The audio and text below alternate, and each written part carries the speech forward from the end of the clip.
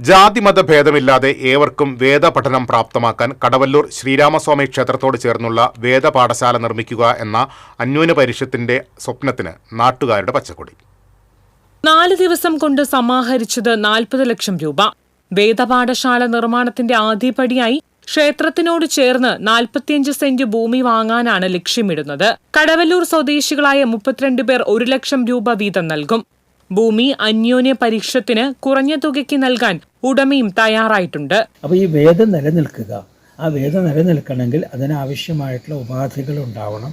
ആ ഉപാധികളോട് കൂടിയിട്ട് പുതിയ തലമുറയിലേക്ക് ഈ വേദത്തിൻ്റെ ശബ്ദം, അതിൻ്റെ ഉദാത്ത അനുദാത്ത സ്വരിത പ്രചയങ്ങളൊക്കെ തന്നെ തെറ്റാതെ കണ്ട് എല്ലാവരിലേക്കും എത്താനുള്ള സാഹചര്യം ഉണ്ടാക്കുക എന്നുള്ളത്, ആ ഒരു മോഹം കുറെ കാലമായിട്ട് അന്യോന്യ പരിഷത്തിനുണ്ട്. ആധികാരികമായി ഋഗ്വേദം അഭ്യസിപ്പിക്കുന്ന ഒരേയൊരു കേന്ദ്രം കേരളത്തിൽ ഇപ്പോഴുള്ളത് തൃശൂർ ബ്രഹ്മസ്വം മഠമാണ്. തിരുനാവായിയിൽ പ്രവർത്തിച്ചിരുന്ന വേദപാഠശാല 10 വർഷത്തോളമായി പ്രവർത്തിക്കുന്നില്ല.